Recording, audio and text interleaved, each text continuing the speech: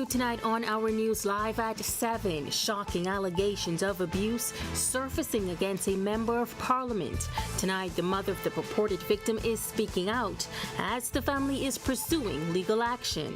But first, a man suspected of the brutal slaying of a mother and daughter found dead in an apartment last Friday is now facing charges. We are inside the courtroom as the charges were read.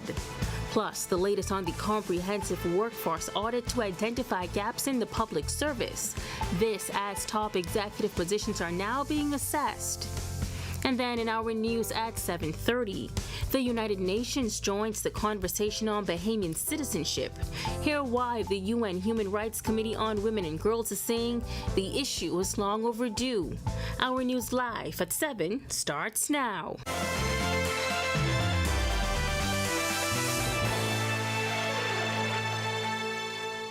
Welcome to Our News Live at 7. Thank you so much for joining us. I'm Megan Shepard.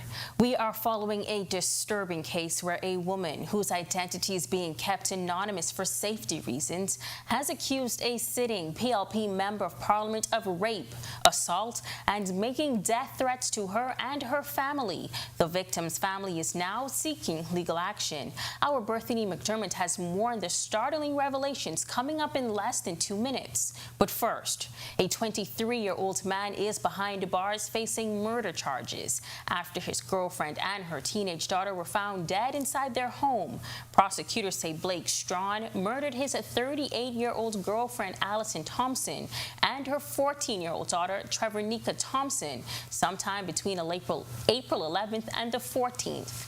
On Friday, police were called to an apartment at Ross Corner to investigate a foul smell. After forcing their way inside, the officers say they found the decomposing bodies of Thompson and her daughter. Strawn didn't have to plead to the charges when he appeared before Magistrate Joyanne Ferguson Pratt on Monday. Bail was denied and he returns to court on July 27th to be indicted. Meantime, police in Abaco are investigating a murder after a 36-year-old Marsh Harbor man was gunned down. Our news understands the deceased is Darby Francois. Police say shortly before 2 this morning, they received reports of a shooting at a business establishment in Dundas Town where Francois was shot multiple times about the body.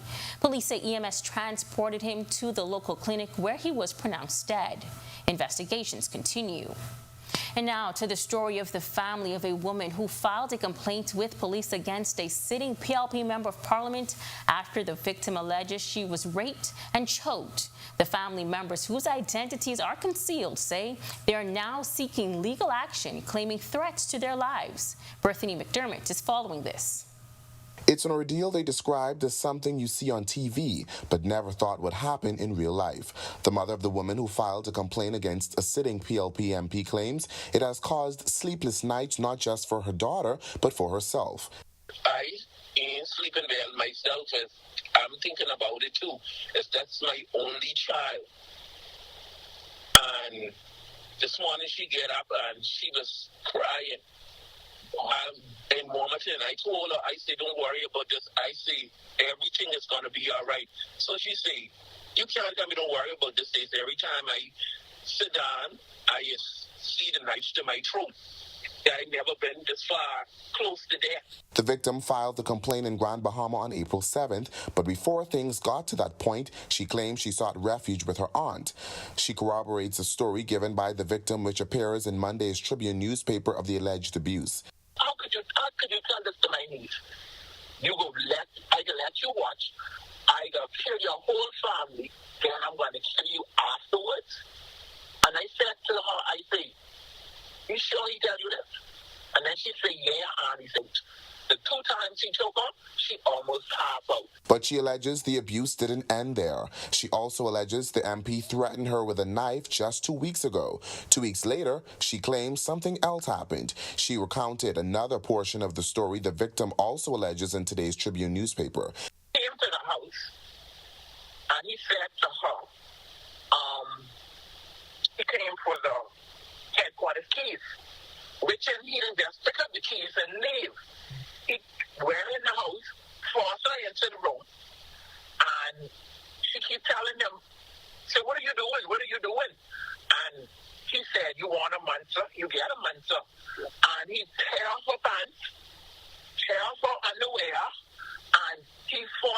have one on house set. Her aunt says she was the one who took her niece to file the complaint. Now she says her niece isn't sleeping or eating and is constantly looking over her shoulders in fear for her life. The family says the matter won't end here. I have a lawyer. I met with him this morning, and we're going to proceed. And we are not sitting on this. We're going to go forward with this. Justice has to be made. Reporting for Our News, I'm Berthany McDermott. Thank you, Berthany. Much more to get into a moment, including that Egg Academy that just launched at BAMSI and some major upgrades for bridges on Andros. But here now with the latest on our current conditions and what to expect for the rest of the week is meteorologist Greg Thompson. Greg? Yeah, thanks, Megan, and a happy Monday evening, everybody. A warm evening outside our studios. Temperatures at 79 degrees right now under partly cloudy skies. Your winds out of the south-southeast at 9 miles per hour, and your feels-like temperature is at 79. Temperatures around the islands tonight right now, it is 77 in Freeport as well as in Marshall, Abaco, 80 in Allenstown, Bimini. You guys have some showers and some isolated thunderstorms nearby. 81 in Great Harbor Key, Governor's Harbor, 78. Pick up 80 in Nicholstown, Andros, and you guys have some showers nearby as well. Central Bahamas, 82 in Kemps Bay, showers nearby, 79 in Arthurstown, Cat Island, Coburn Townsend, Salvador, 78. A pair of 81s in Georgetown and in Deadman's Key, and in the central southeast Bahamas, 81 in Duncantown, Ragged Island, showers there nearby as well. 81 in Colonel Hill, Crooked Island, Delectable Bay, 80, 81 in Abrahams Bay, 80 in Providenciales, Turks and Caicos Islands, Matthewtown, Inagua, deep south, you guys are currently 81 at this hour. Satellite view, a mess across central and south Florida, a strong cold front, very active one, generating quite a bit of showers and thunderstorm activity. We're getting some of that activity across the extreme northern islands, Grand Bahama, Abaco, as well as the Bimini. You guys are seeing some of that. Most of the activity will be pulling out towards the north and east and away from us, but there's a weak boundary that we expect to follow through with that frontal boundary moving through us by tonight, late tonight, and into tomorrow, so we could see 1 or 2 more showers as well. That's your first look at weather. Stick with us and look at your extended forecast. Still to come. Still to come on Our News, major assessments currently underway in the public service as government seeks to identify gaps to improve efficiency. We'll have the latest on this and what it means for the future of the public sector. Plus, we'll tell you about the Egg-tastic Day for the Bahamas Agriculture and Marine Science Institute with the opening of a new egg program. And later in our Work in Progress segment, 60-year-old bridges in Andros to undergo a massive transformation soon. Find out the design plans when Our News returns.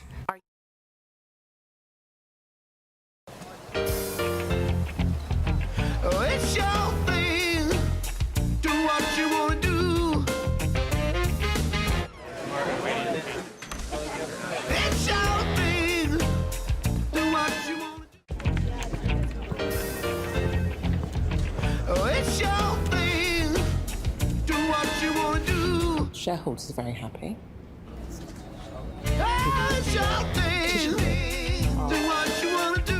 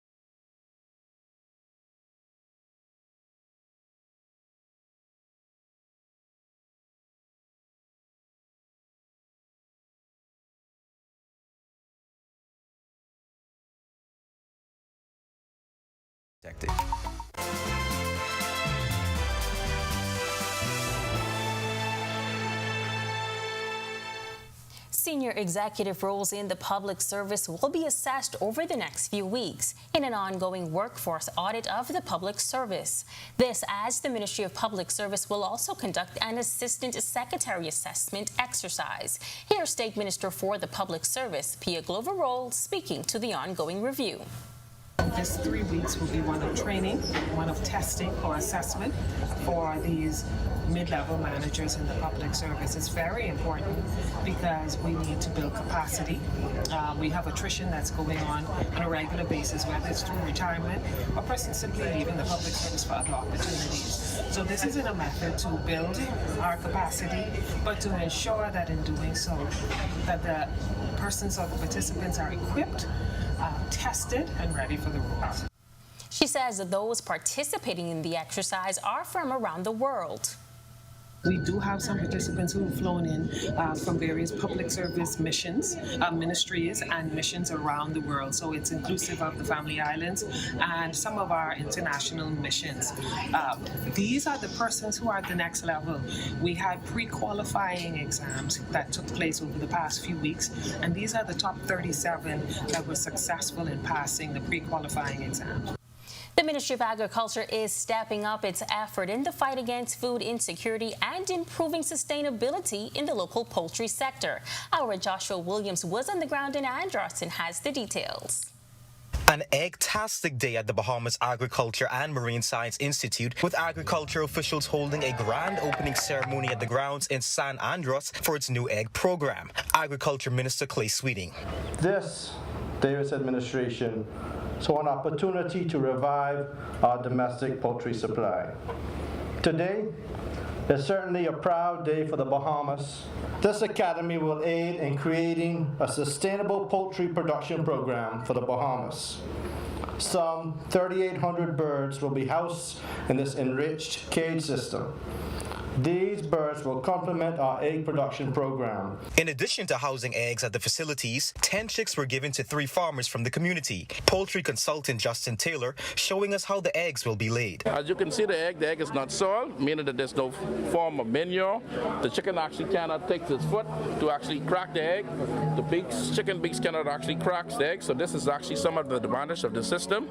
And as you could look at the manure belt, that orange thing on the bottom, that's called a waste disposal system. This system actually carries the manure to one end of the coop to actually be carried away and then later compost. Minister Clay Sweeting also adding that the facility will house about 3,500 chickens. He says they will produce about 1 million eggs annually. Reporting for Our News, I'm Joshua Williams. Excellent report, Joshua. Well, also from Andros, the Ministry of Works and Utilities is looking to improve the 2 bridges on Andros. In this week's Work in Progress, our Berthany McDermott spoke with the company tasked with the design.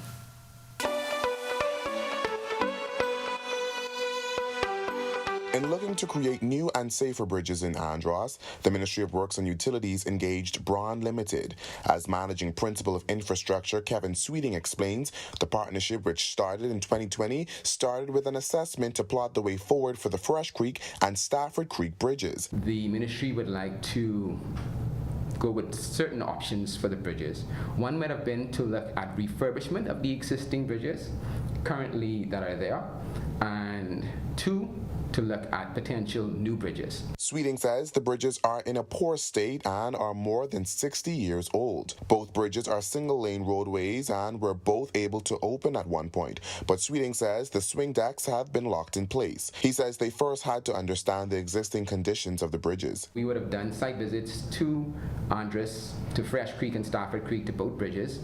We would have actually done some traffic studies, the traffic counts, analyzed the amount of traffic that used the bridges. We would have done environmental assessments as well. We would have done some coastal work in the creek to understand the depth of the seabed, to understand the height of the seawater.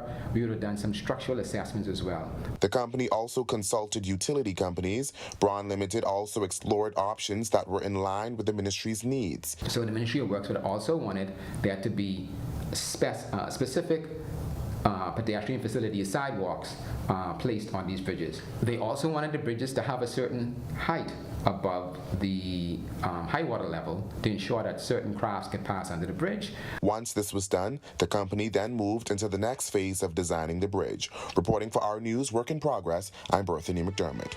When Our News comes back from the break, we turn our spotlight to stories making headlines across the world. As 2 men have been arrested on charges, they helped establish a secret police outpost in New York City on behalf of the Chinese government. Plus, a look back at the day the late, great Bahamian patriot Arthur Hanna was removed from Parliament on this day in history. But first, the Bahamian-born and bred products that will make their international debut in the UK showcase. The story when our news continues. You could win your share of $1,000 and free annual memberships when you apply for your Mobile Assist Visa Travel Rewards Card. It's a prepaid visa that gives you access to travel and online shopping deals worldwide every single day. Enter automatically when you successfully apply through our Mobile Assist app. Use your prepaid visa 5 times or more, and you are automatically entered to win your share of $1,000. See our social media pages for more details. Apply, save, and win with Attention island friends, this is a parrot service announcement, a manta ray mayday, a turtle alert, bottlenose news flash. They're in trouble and you can help. Our mission at the Blue Project Foundation is to protect thousands of endangered animals and their homes. One of the ways is by caring for coral reefs, a vital part of our entire ecosystem. Find out how you can help save these majestic animals. Learn more at blueprojectatlantis.org.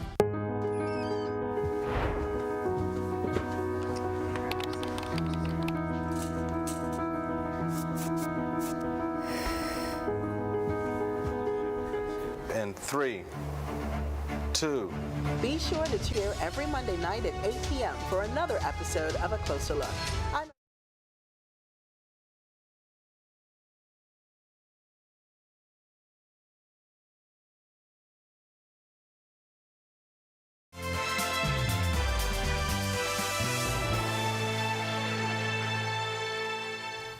This is Our News. Welcome back. We turn our attention now to stories making headlines across the world.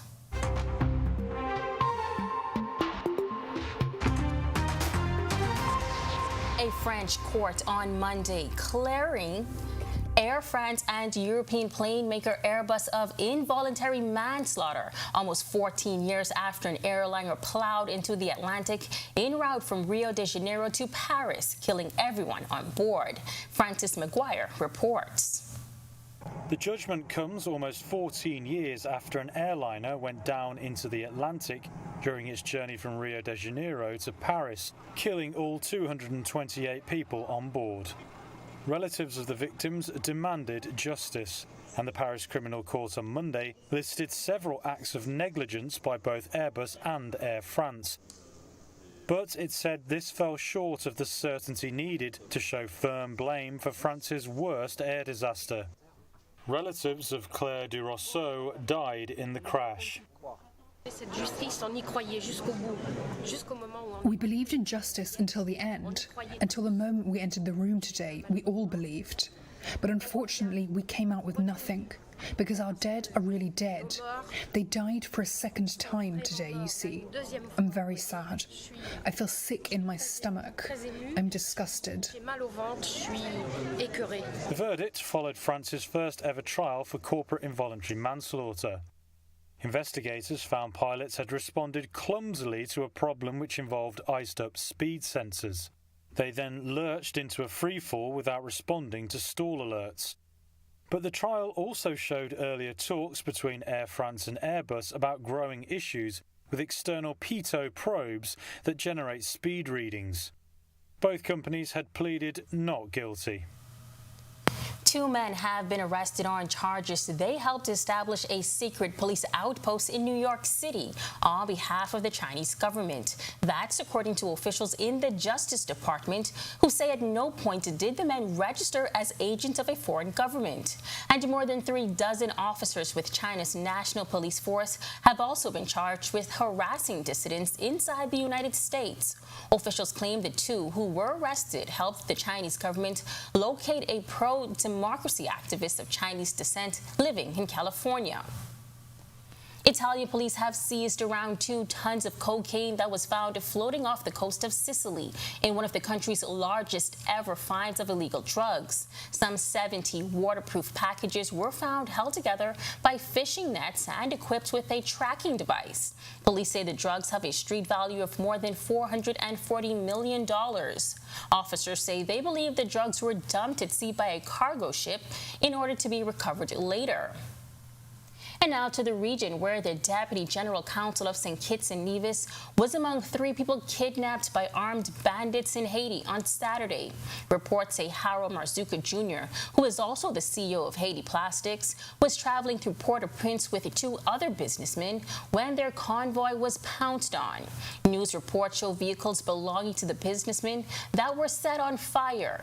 Kidnappings for ransom have increased in Haiti recently as armed gangs control several communities as political and social instability continues to grip the poor island nation. This has 10 leaders and some 100 delegates gathering in Trinidad and Tobago today to discuss the growing threat of crime in the region. The regional symposium, Violence as a Public Health Issue, the CARICOM Challenge, emphasizing the public health risk from the growing violence. Trinidad and Tobago Prime Minister Dr. Keith Rowley telling the forum violence in the Caribbean is a public health emergency, while Prime Minister Philip Davis, who was also attending, detailed the level of crime in the region and said while better laws and expanded police capacity are important in a successful strategy, we all need hands on deck. The symposium continues tomorrow. The Bahamas Trade Commission is looking to create an avenue for local entrepreneurs to display their products on an international stage. The Commission Deputy Chairman telling Our News local entrepreneurs can apply to have their luxury items displayed with Harrods. We are going to be in Harrods, which is perhaps one of the world's preeminent luxury department stores. And so it's a major opportunity and a major platform for Bahamian businesses to have their products in Harrods. So we are extremely excited about it. That's Bahamas Trade Commission Deputy Chairman Barry Griffin. He says the once-in-a-lifetime opportunity is in partnership with the British High Commission. Barry says he oftentimes meet local entrepreneurs who say they just need the opportunity. He believes this is that chance. For Bahamian businesses that have luxury products, this is major. Any retailer around the world, any producer of luxury goods would love to be in Harrods or showcased in Harrods. And so it's a major platform to give Bahamians that opportunity. And who knows what can come from the relationship. They can build a relationship with Harrods. You just need that one person to see your product in Harrods and like it, post it on Instagram or TikTok. You can go viral. So the opportunities are endless. Griffin says one of the government's goals is ensuring Bahamian exports increase. He says the trade opportunities won't stop here. So I won't announce anything just now, but just know that the Trade Commission is feverishly at work. We are talking with a number of our trade partners around the world, from the US, Canada, Latin America, Europe, China, for example, and we are trying to organize a multitude of opportunities such as these for Bahamian exporters. Reporting for Our News, I'm Berthany McDermott. That was our Berthany McDermott reporting on that awesome opportunity. Still to come in Our News, today in history. Find out interesting facts about the day that was April 17th, including Tavares Strawn's historic trek all the way to the North Pole. Plus, meet the 16-year-old winner of Grand Bahama's Junior Director of Tourism job.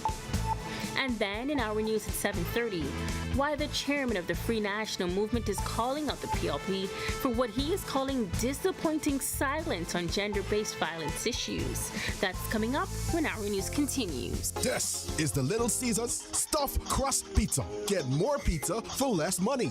Only $12. It's a whole new level of pizza with cheese stuffed crust so spectacular that there's nothing left. Pizza. A delicious pepperoni pizza with the crust stuffed with lots of cheese and brushed with butter and garlic flavor and sprinkled with Parmesan cheese. Hot and ready Thursday to Saturday between 4 and 8 for only $12. Simply irresistible. And only at Little Caesars. Pizza. Whether you're battling a chronic condition or offsetting a new injury, Doctors Hospital's comprehensive rehab services offer the help you need now. Go to doctors. 3 advanced facilities at Collins Avenue, Carmichael Road, and Cable Beach means your personalized plan for care is just a visit away. From physiotherapy to occupational therapy and speech and language pathology, our team approach is all about rebuilding together. For a full list of services, visit doctorshof.com/rehabilitation. Doctors Hospital, trusted and best care now. Isn't your health worth it? With over 25 years in business, nothing says commitment to our people, culture, and service like Rev. And this year is no different. We will continue to elevate your home experience for you to create and share memories for years to come, while keeping you connected to the people and things you love most.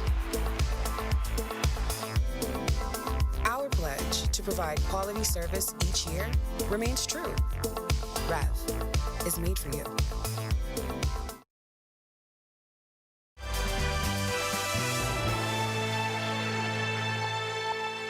Welcome back. It's now time to turn our spotlight on events that shaped the day that was April 17th, including the first Bahamian to make it to the North Pole. Let's take a look.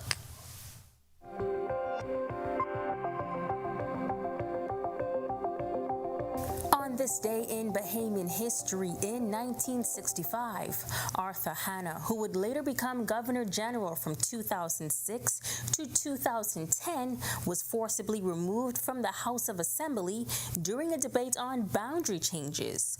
When told to leave, he refused, and the Sergeant at Arms had to be called to take him from the House. He was suspended for his refusal to leave. The suspension was lifted 4 days later, and he was allowed to return.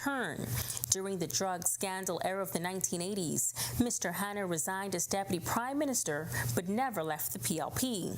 As a nationalist, he refused British honours and advocated for a Bahamian honours system. He died on August 3, 2021. Then in 1970, the Bank of Montreal was incorporated in the Bahamas. This company would later become Bank of the Bahamas International. Pictured is the bank's head office, which was located downtown Nassau on Marlborough and Cumberland Street. The building is now known as the BAF Building and houses numerous tourism offices, among others. And finally, in 2013, Tavares Henderson Strawn reached the North Pole, making him the first Bahamian to successfully complete the trek. Strawn, in 2022, the Baintown boy was counted among the world's greatest when he was named one of 25 MacArthur's Fellows. Few honors carry the prestige of the MacArthur Foundation Fellowship. The coveted awards go to artists, activists, scholars, scientists, and others showing exceptional creativity.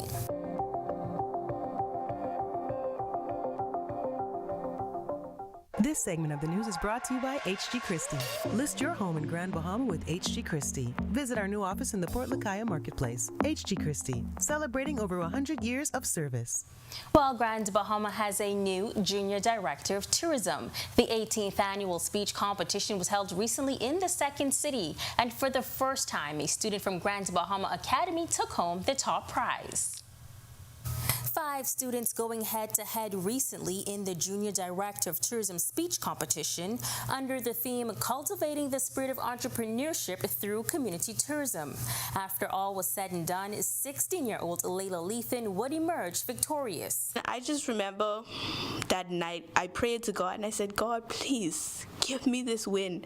God, I really, really, really, really want this win, not only for myself, but for my school. Layla will compete in the national competition in New Providence on April 27th. But for now, she says she's looking forward to working at the local tourism office. Manager at Ministry of Tourism, Grand Bahama, Corinda Swain Roll, says they are excited to welcome Layla. She will be shadowing our general manager, our managers here in the offices. She will be representing us at the local events, and she too will be representing us most of all in Nassau, New Providence, where we we are hopeful that she will bring home the title of Director of Tourism as the junior minister. Grand Bahama Academy Principal Jeffrey Jervis noting that Layla made history as the first student from that school to bring home the award. They look up to her, as an example, and I see nothing but great things happening at GBA as a result of this whole process. Congratulations to Layla. Now, to watch that story again and for all of today's top stories, visit ournews.bs. That does it for our news at 7. Joining us now is our Natalia Hall with the latest headlines. Natalia, I know of the duo, I prefer warmer temperatures, you prefer cold. What do you think about that trek to the North Pole? I think it's really cool. It's great to see Bahamians go so far all the time, Absolutely. Really great stuff. All right, thanks so much, Megan. While gender-based violence issues, new technology at the court, and a water price hike for Grand Bahama residents, here are your latest headlines. Ready or not. New tonight on Our News Live at 7:30. The opposition questioning government about its sincerity in addressing gender-based violence issues in the country. But first, new technology on the way for the court as a digital recording system is soon to be launched. And water woes. The Grand Bahama Utility Company has applied for a rate adjustment. We speak exclusively with the COO of the company. And later, an opportunity of a lifetime. Several young people are set to receive scholarships through a public-private partnership. Our News Live at 7:30 starts in a moment. At Doctors Hospital, our lamp just got brighter. The Loyalty Advantage membership program now has 3 unique plans to choose from. From Lamp Prepaid with free prime care visits and service line discounts, Lamp Insured with copay waivers and 0 upfront collections at the ER and inpatient services, or our new Lamp Access, a free plan that offers 10% off labs, pharmacy, and imaging. Lamp has a plan for everyone. To sign up, visit our website or give us a call. Doctors Hospital, trusted and best care now.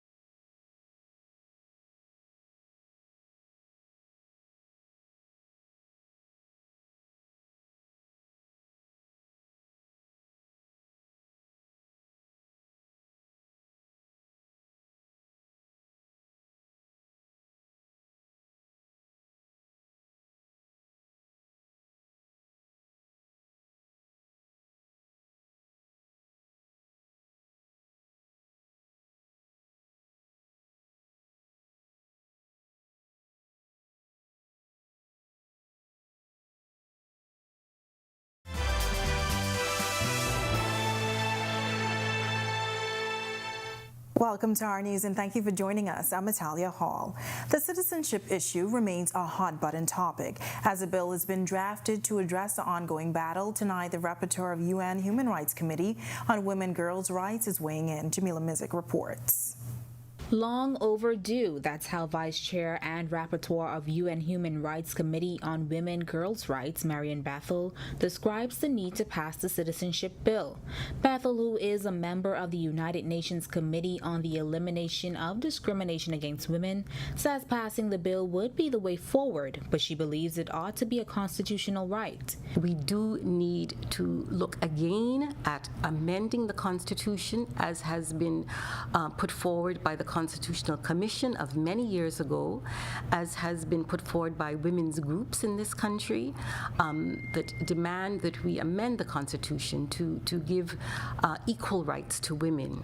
Bahamian women under the Constitution. She explains what the access to Bahamian citizenship would mean for those people. It would give ease of access to travel back and forth through the country. It would also facilitate children going to school here more easily, access to medical services, all of the amenities that are, and the services that are accorded to a Bahamian citizen would then be easily accessible by these children. In the past, there has been 2 referenda that would have allowed children of Bahamian women who have non-Bahamian fathers to have Bahamian citizenship, to which the electorate overwhelmingly voted against. And while Attorney General Ryan Pinder noted there will be no 3rd referendum on citizenship, Bethel says should the idea come up again, she hopes the tables will turn. It is possible.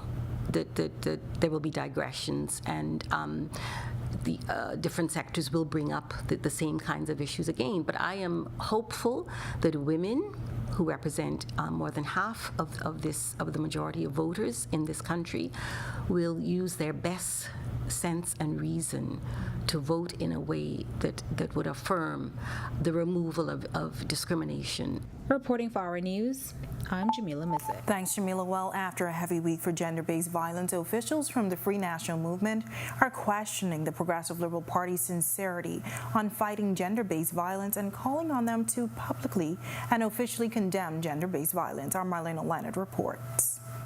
This morning in one of the dailies, we see above the fold a very strong allegation of gender-based violence. In another paper, we see the report of a heinous double murder of 2 young women in an inner-city community. Despite all of this, there is silence from the Progressive Liberal Party and from the government. Chairman of the Free National Movement, Dr. Dwayne Sands, spoke out in a statement released this morning, saying members of the PLP are either disappointingly silent or seemingly ambivalent when it comes to directly condemning gender-based violence. Last week was a heavy week for gender-based violence. On April 14th, a mother and her teenage daughter were found murdered in their Nassau home. A week earlier, on April 7th, a woman went to police accusing a sitting Progressive Liberal Party MP of rape and death threats, alleging abuse in the relationship had been ongoing for months. Sands says, the Progressive Liberal Party, surprisingly, has not even said that they condemn violence against women. We wonder whether this is considered a serious matter. We demand a response from our Prime Minister, from our Minister of National Security, and the leadership of the Progressive Liberal Party, inclusive of their significant contingent of women in the Cabinet, in the House, and in the Senate. The F&M chairman says Bahamians are listening for clarity on how serious the Progressive Liberal Party is on the issue. Bahamians are watching. They want to know whether this government is serious, or is it going to be no action at all, and that our women continue to be at risk for this plague. Reporting for Our News, I'm Marlena Leonard. All right, in just a few days, the Bahamas judiciary will reach another milestone with the official launch of the digital court recording system. Former Chief Justice Sir Brian Morey was a part of the push during his tenure. Our Jasmine Brown recently sat down with the former CG, who's calling it a game changer for the court system. The digital court reporting system is going to be transformative. That's former Chief Justice Sir Brian Morey describing how he feels about the upcoming official launch of the digital court recording system this week. The DCR has been a work in progress from as far back as 2015 and has been introduced in courts across the country in phases in recent years. Sir Brian, who served as Chief Justice between 2019 and 2022, oversaw a part of the process. It's going to increase the productivity of the courts. It's going to reduce the disposition cycle for cases, starting in the magistrates' court. With regard to the Supreme Court, it will be very helpful because while the court reporters will continue to be an extremely important unit within the court system, because they are going to have to supplement the system, it is going to allow real-time recording. The DCR has audio technology and advanced microphones in a courtroom, which is capable of speaker identification for judges, prosecutors, defense attorneys, and witnesses. The recording can be later transcribed to create an official record using speech-to-text software that allows the audio recorded to be converted to text within minutes of upload after a court hearing. I mean, this system, once it's up and working, I think will at the very least be as good as any digital recording system in the Caribbean. And I think that some people who are involved think that we'll actually be a step ahead. There's been a tremendous amount of work that's gone into this. The official launch event is slated for Friday. Reporting for Our News, I'm Jasmine Brown. Thanks, Jasmine. Well, cloudy skies and somewhat rainy conditions outside our news studios this evening. Meteorologist Greg Thompson joins us from the Weather Center with a first look at weather. Greg? Yeah, thanks, Natalia. Welcome, everybody, for a quick check on conditions outside our studios. Intermittent clouds with temperatures near the 79-degree mark. Your winds out of the south-southeast at 9 miles per hour, and your field strike temperature is at 79. Satellite view, showers and thunderstorms associated with a very active frontal boundary moving across central and south Florida. Some of that activity getting into the northwest Bahamas. We will continue to see 1 or 2 more showers as the system continues to translate towards the east and north. We could see 1 or 2 more showers tomorrow as well. That's a quick check on weather conditions around the island. Stick with us. Look at the extended forecast is still to come. Still to come on our news, delayed payments. I've said in countless communications that as long as persons work, they should be properly and duly compensated for their work. The state public service minister explains the reason behind a delay in PSPEP payments. But first, the Grand Bahama Utility Company makes an application to regulators for a rate adjustment. The COO speaks. That's all coming up when our news returns. Are you or a loved one?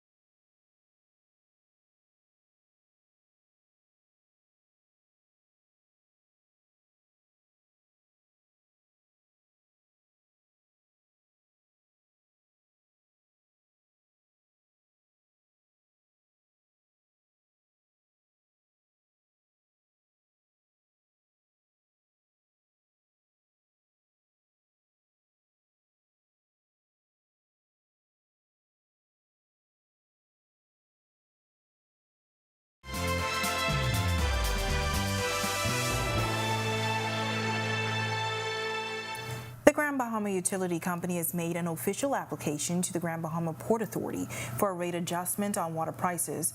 Well, I spoke to the Chief Operating Officer of the Grand Bahama Utility Company, Filter Grant Adderley, who says she understands residents' concerns but explains the reason for the application.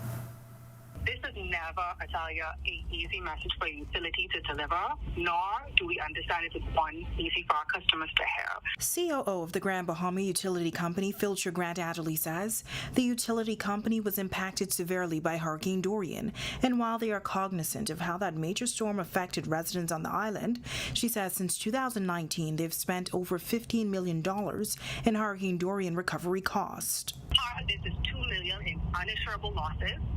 Part of that $2 million is $500,000 that we had for the free water depots for residents and the 25% discount. Not to mention, in order for us to restore portability, we had to invest in a $5 million reverse osmosis system. Grant Adderley says Hurricane Dorian took away 60% of the island's water supply. Our Wellfield 6, which up until Dorian was the biggest contributor to the island's groundwater, was inundated with so much salt water that we lost that supply. And after we have done so many hydrological studies with local experts, international experts, scientific communities, academia, and NGOs, it's been determined that that water supply is not coming back in this generation. And to manage the diminished water supply, the COO says they've been running water at a lower pressure to conserve, which some customers have been frustrated by. And for those customers who may feel as if they should not be burdened with the additional costs, if the utility is not allowed to charge the correct rate that it needs to provide this service, that utility will not be allowed to or able to go ahead and produce that service. And we do not have government subsidies, so we have to ensure that we make financial, responsibly decisions that we can make the necessary capital investments that we need to be able to produce a very critical service. she confirmed that 40% of customers who currently use 2,000 gallons or less will not see an increase. As for others, she says on average they'll see an increase of $8 on their monthly bills.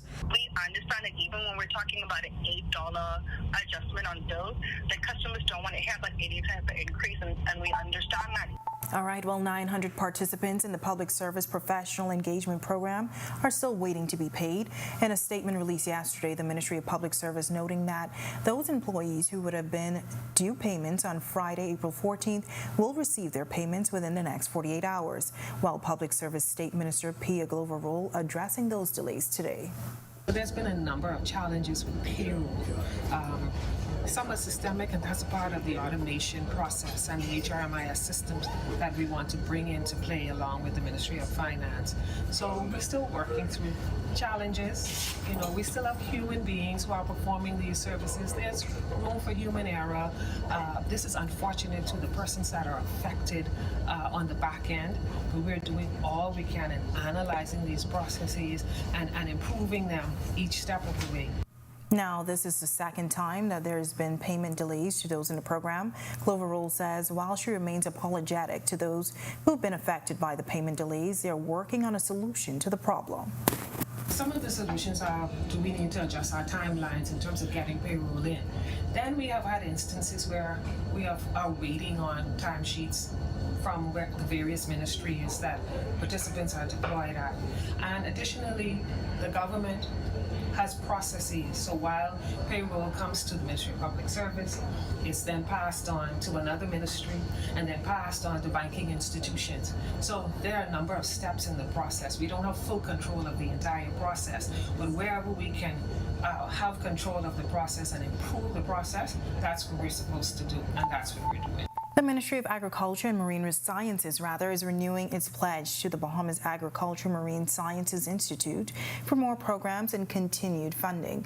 The institute, started by the Christie administration back in 2012, seeks to be the technological arm of the ministry. The Agriculture Minister says the Ag Academy launched today is the first in a line of plans the Davis administration has for the institution. You can see today we're doing this. We also have some other agricultural programs. We would have the graduation, in-person graduation for the first time in I think 2 to 3 years in May, and we'll continue to expand upon that. And the next year we hope to put energy year. We have already got cabinet approval to complete the cluster of classrooms, to put electricity to the site, and as we continue to build, we hope to expand. It's now time for tonight's Financial Market Minute, brought to you by RF, your local investment bank.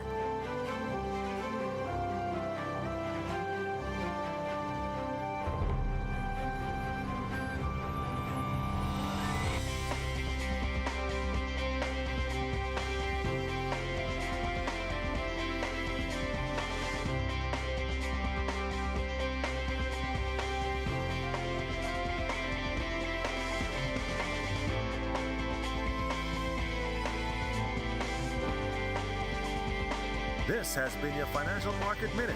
To explore the best performing mutual fund in the Bahamas, visit our website at www.rfgroup.com. When our news comes back from the break, a public-private partnership resulting in scholarships for several Youth Guard participants. The Minister of Youth, Sports and Culture explains. The UB Mingos have tryouts for volleyball and soccer, and a trio of Bahamians balled in the NBA playoffs over the weekend. Hold tight, Our Sports is next. And cloudy skies in the nation's capital today. Meteorologist Greg Thompson is back in the Weather Center with your extended weather forecast. Stay with us.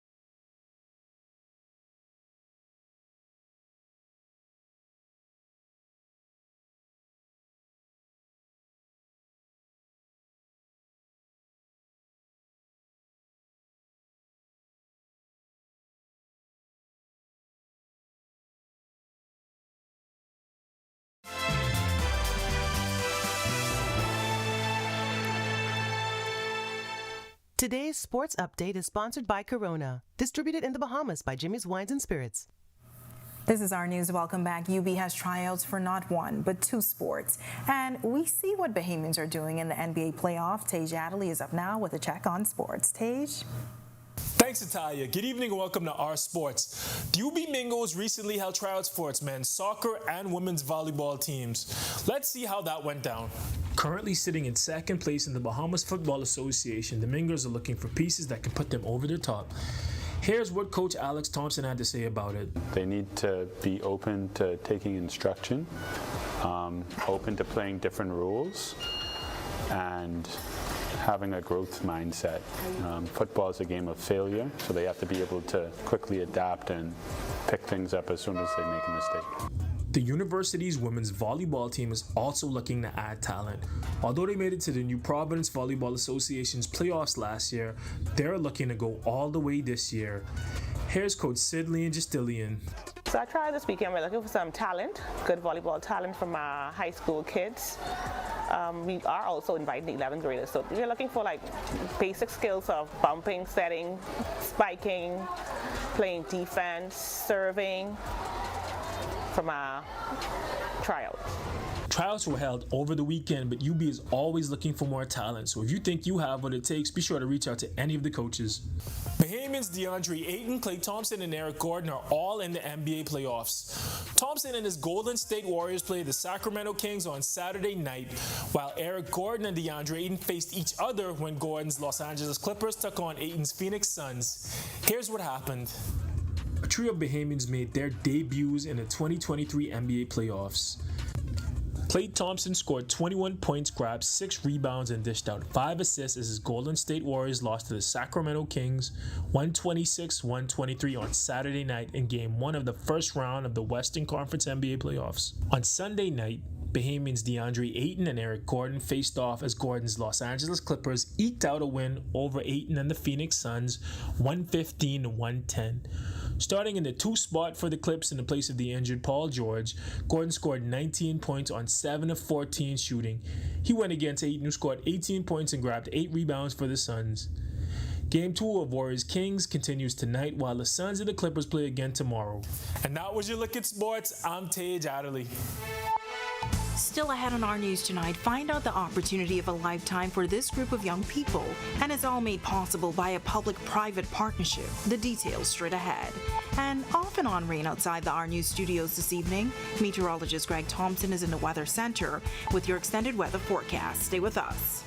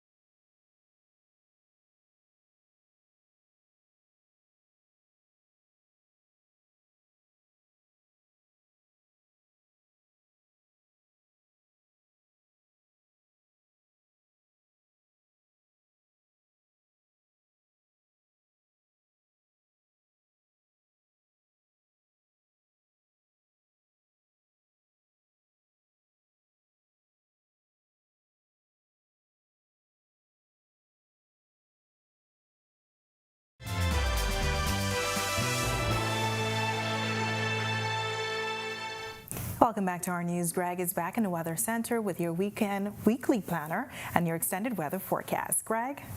Yeah, thanks again, Natalia. Welcome back, everybody, for our final check at weather with that. Active cold front now across central and south Florida, pushing into the northwest Bahamas. Quite a bit of showers and thunderstorms associated with that boundary moving across that area. We could see 1 or 2 more showers as the system continues to move towards the east and northeast. Most of the energy will be pulling towards the north and away from us, but there is a trailing frontal boundary across the Gulf of Mexico that could bring us 1 or 2 showers later on tonight through tomorrow. So we're looking for a few more showers in the forecast at that time. Taking a look at our future forecast, we start off from earlier this afternoon. Most of the activity, as I mentioned, across the northwest Bahamas. There is a prefrontal trough that moved through the capital earlier this morning. That is now in the central Bahamas. We put this map into motion. Most of the activity pulling out towards the east. The front will side towards the south. Should move in the central Bahamas by late tomorrow and into Wednesday. A couple isolated showers hanging around, but behind that, high pressure will build in, and we're looking for very nice change in the atmosphere. Boarding conditions for the northwest Bahamas night to tomorrow. Your winds will start off out of the southwest at 10 to 15 knots, but they will quickly shift northerly behind the front, increasing in speed 15 to 20 knots. Seas will be building 4 to 6 feet. Your high tide was at 6:44 this evening. For the central and southeast Bahamas, your winds southeast-south 10 to 15 knots, seas 2 to 4 feet. Those winds will fall light and rebel at times across central and southeast Bahamas. Here's a look now to national forecast.